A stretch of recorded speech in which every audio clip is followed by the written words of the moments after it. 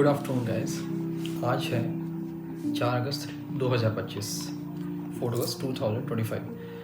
तो basically what we are going to discuss today is basically आज हम बात करने वाले हैं सेक्टर रोटेशन के बारे में। मतलब मार्केट में करंट सिनेरियो में कौन कौन से सेक्टर्स हैं जो अभी चल रहे हैं, जो मूव कर रहे हैं, या जो करंट अभी हालात बने हो, सिचुएशन अभी बनी हुई है, उसमें कौन कौन से सेक्टर्स में मोमेंटम आ रहा है, कौन कौन सा डाउनवर्ड मोमेंटम कौन कौन से स्टॉक्स या सेक्टर्स दिखा रहे हैं। बेसिकली हम लोग आज सेक्टर्स के बारे में बात करेंगे, किसी स्टॉक के बारे में बात नहीं करने वाले हैं।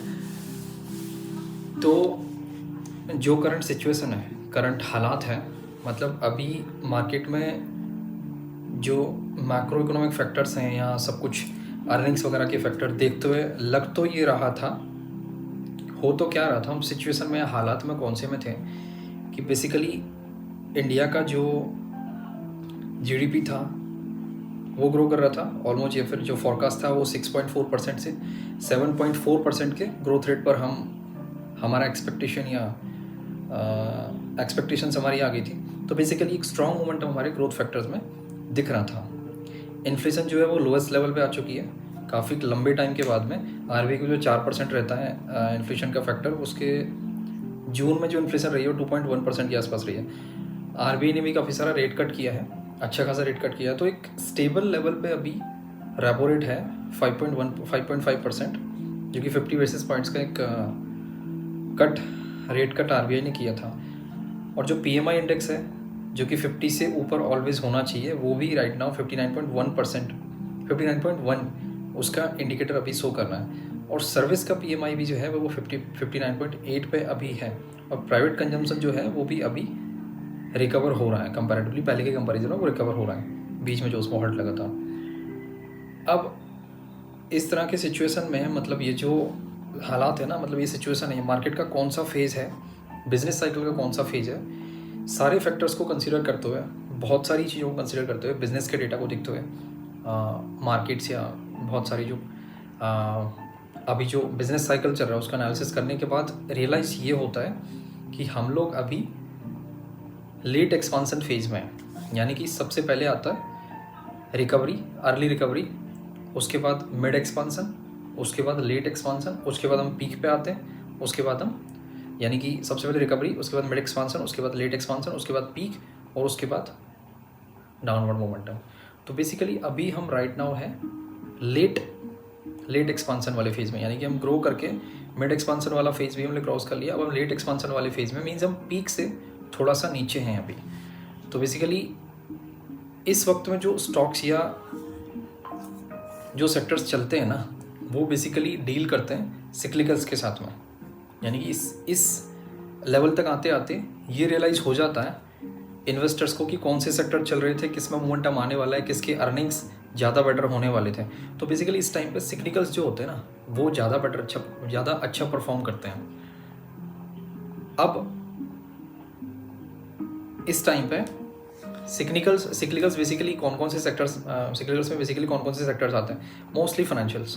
बिकॉज इस टाइम तक पता चल जाता है कि किस किस बिजनेस में मोमेंटम आ चुका है। तो अल्टीमेटली बिजनेस ग्रोथ का या कॉर्पोरेट सेक्टर में कुछ भी मोमेंटम आता है, बिजनेसेस की अर्निंग्स बढ़ती है, उसका सीधा इम्पैक्ट बैंकिंग सेक्टर पर पड़ता है, बिकॉज लैंडिंग्स इंक्रीज हो जाती है। तो सिक्लिकल्स में एक तो बैंकिंग एंड फाइनेंशियल सर्विस जो है इंडस्ट्री, वो टॉप पे थी। मतलब हालात जो बन रहे थे वो बन रहे थे कि बैंकिंग, बीएफएसआई जो है बेस्ट परफॉर्म करेगा, और मैन्युफैक्चरिंग अच्छा परफॉर्म करेगा, इंफ्रा अच्छा परफॉर्म करेगा, ऑटो अच्छा परफॉर्म करेगा, और मेटल अच्छा परफॉर्म करेगा। ये फेज जो होता है, बिजनेस साइकिल जो होता है, लेट एक्सपांसन जो होता है, इन सेक्टर्स के मोमेंटम का टाइम होता है। अब जैसे ही हम पीक पे पहुंचते हैं, पीक के बाद में जो सेक्टर्स मूव करेंगे वो एफएमसीजी होता है, एफएमसीजी, फार्मा, यानी कि वहाँ से डिफेंसिव सेक्टर्स मूव करना स्टार्ट कर देते हैं, एफएमसीजी, फार्मा, और कुछ में कंज्यूमर स्टेपल्स, ठीक है। और उस टाइम पे गोल्ड भी अच्छा परफॉर्म करना स्टार्ट कर देता है। पर करंट जो सिनेरियो बना हुआ है, ट्रेड वॉर या ट्रंप के टैरिफ का जो सिनेरियो सिचुएशन अभी बना हुआ है, और जियोपॉलिटिकल मूवमेंट्स या जियोपॉलिटिकल जो भी अपडेट्स हो रहे हैं ना, उसकी वजह से जो सेक्टर रोटेशन में जो मूव हुआ है वो हुआ क्या है कि जितने भी सेक्टर्स चल रहे थे ना, मोस्ट ऑफ द सेक्टर्स अभी जो भी चल रहे थे उनमें से भी वो न्यूट्रल जोन में आ चुके हैं, बिकॉज एफआई जो है ना उन्होंने काफ़ी सारा पैसा मार्केट से निकालना स्टार्ट कर दिया है। वो भी कंसिस्टेंटली अभी भी अपना पैसा निकाल रहे हैं, बिकॉज राइट नाउ इंडिया जो है ना, वो राइट नाउ जो यूएस है ना, वो अपना डोमिनेंस दिखा रहा है। तो जो एफपीआईज हैं या फॉरेन पोर्टफोलियो इन्वेस्टर, उनको पता होता है कि ऐसे टाइम पे जियोपॉलिटिकल मूवमेंट कुछ भी होती ना, तो जो एमर्जिंग इकोनॉमीज़ हैं, जो कि एमर्जिंग इकोनॉमीज है, जो स्मॉल कैप वाले जो मार्केट्स है ना, लाइक इंडिया एक बहुत छोटा ओवरऑल जो वर्ल्ड लेवल जो मार्केट है उसका 3-4% ही इसका मार्केट कैप है टोटल। अगर वर्ल्ड की मार्केट कैप का अगर हम देखें, जैसे यूएस का 40 से 45% के आसपास मार्केट कैप को अकेला यूएस होल्ड करता है। तो उसमें क्या होता है, छोटी इकोनॉमीज होती है। इंडिया उस मामले में 4-5% या 3-4% के आसपास ही उसका मार्केट कैप आता है। तो इस तरह के मार्केट्स में ज़्यादा शॉक वेव्स आते हैं। अब ट्रेड वॉर जो है ना, ट्रेड वॉर की वजह से जो फॉरेन पोर्टफोलियो इन्वेस्टर्स है वो पैसा निकाल के इंडियन मार्केट से, उनको पता है कि बिकॉज अगर कुछ भी न्यूज़ आती है नेगेटिव न्यूज़ आती है तो ज़्यादा फर्क पड़ेगा जो एमर्जिंग मार्केट है, लाइक इंडिया जो है, इंडिया जैसी मार्केट पे ज़्यादा इसका इम्पैक्ट पड़ेगा, वो ऐसा एक्सपेक्ट कर रहे हैं। इसलिए वहाँ से इंडिया से पैसा निकाल के जो स्टेबल इंस्ट्रूमेंट्स हैं या स्टेबल जो कंट्री हैं उनमें वो पैसा मूव कर रहे हैं। तो बेसिकली अभी डॉलर के कंपैरिजन में रुपी स्लिप कर रहा है, गिरता जा रहा है, वीक हो रहा है,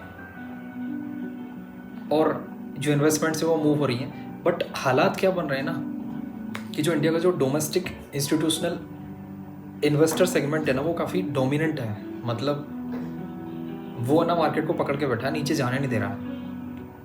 मतलब इंडिया का अभी जो डोमेस्टिक डोमिनेंस है ना वो भी काफ़ी अच्छा है, मतलब वो मार्केट को गिरने नहीं दे रहा। तो हो क्या रहा है, सिनेरियो बन क्या रहा है कि मैक्रो इकोनॉमिक फैक्टर्स तो ये भी बन रहे हैं कि इंडिया के मार्केट को गिरना चाहिए, बट इतना ज़्यादा कॉन्फिडेंस मार्केट में दिख रहा है इस टाइम पे।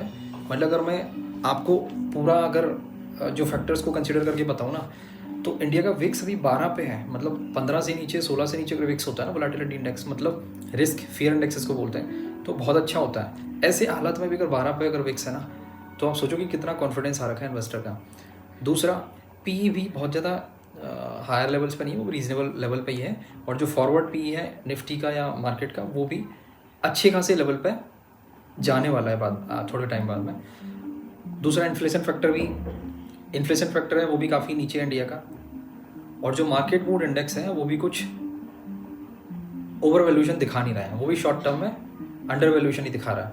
तो बेसिकली इंडिया में पैनिक का सिचुएशन नहीं है इस टाइम पे। रेट कट्स वगैरह सब कुछ को, सारी चीज़ों को फैक्टर देखते हुए, सारी चीज़ों का जो आउटपुट देखते हुए या एंड रिजल्ट देखते हुए पता ये चलता है कि इंडिया जो है अभी, इंडियन मार्केट जो है या फिर इंडियन इन्वेस्टर जो है ना, वो बहुत ज़्यादा कॉन्फिडेंस में है अभी, उसे कोई डर नहीं है।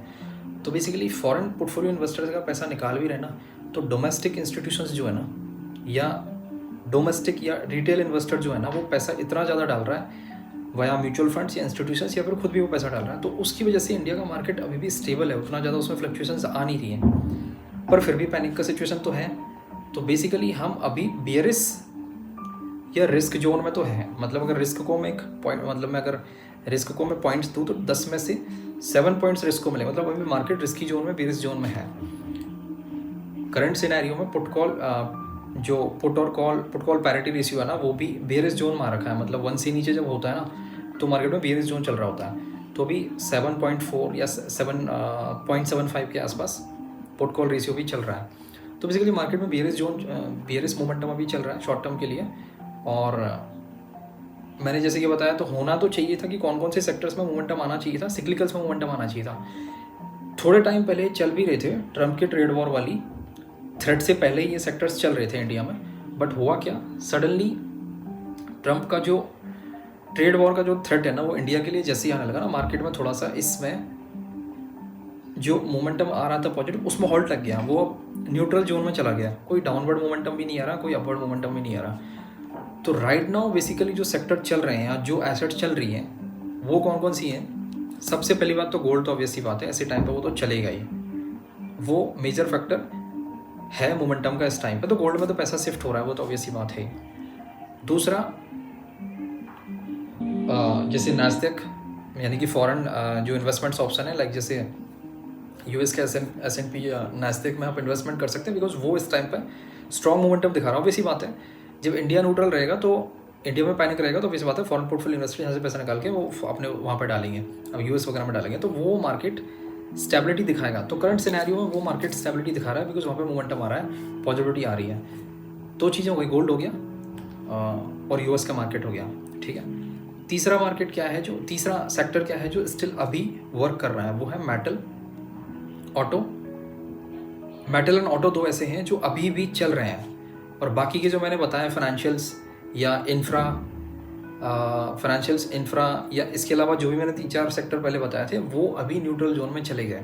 तो फिलहाल अभी सेक्टर चल कौन कौन से रहे, ऑटो चल रहा है, मेटल चल रहा है और आपका ये गोल्ड चल रहा है और यूएस का मार्केट चल रहा है। तो बेसिकली 4 एसेट क्लास जो है ना अभी वर्क कर रही है। तो ये तो था करंट सेक्टर रोटेशन, अभी के हालात क्या थे जो मैंने आपको बता दिया। अब क्या है, मैंने बताया कि मार्केट अभी जो है ना लेट एक्सपांसन वाले फेज में है।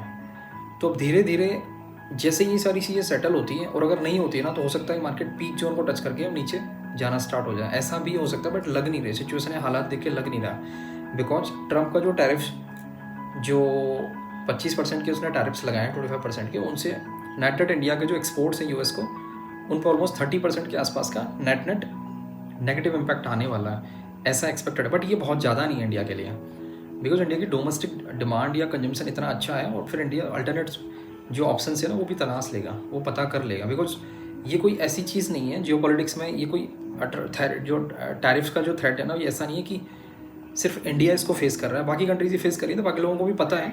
तो कोई ना कोई टैक्टिक निकाल के सब लोग इसका तरीका निकाल लेंगे। तो देखना यही है, आने वाले टाइम में होने वाला यही है कि अभी की कंडीशन को देख के तो इतना ज़्यादा पैनिक मार्केट में नहीं है, फ्यूचर में पैनिक नहीं आने वाला है, ऐसा लग रहा है। और जो सेक्टर्स अभी चल रहे हैं वो गोल्ड, तो ऑब्वियसली बात है उस टाइम पे अनसर्टिनिटी टाइम पे ऑब्वियसली बात है चलता ही है, जो कि चल रहा है। और डेवलप कंट्रीज़ का मार्केट लाइक जैसे यूएस का मार्केट है वो चल रहा है। दूसरा मेटल और ऑटो, ये सेक्टर्स अभी चल रहे हैं। ये 4 एसेट क्लास जो हैं, 4 सेक्टर्स जो हैं वो अभी चल रहे हैं।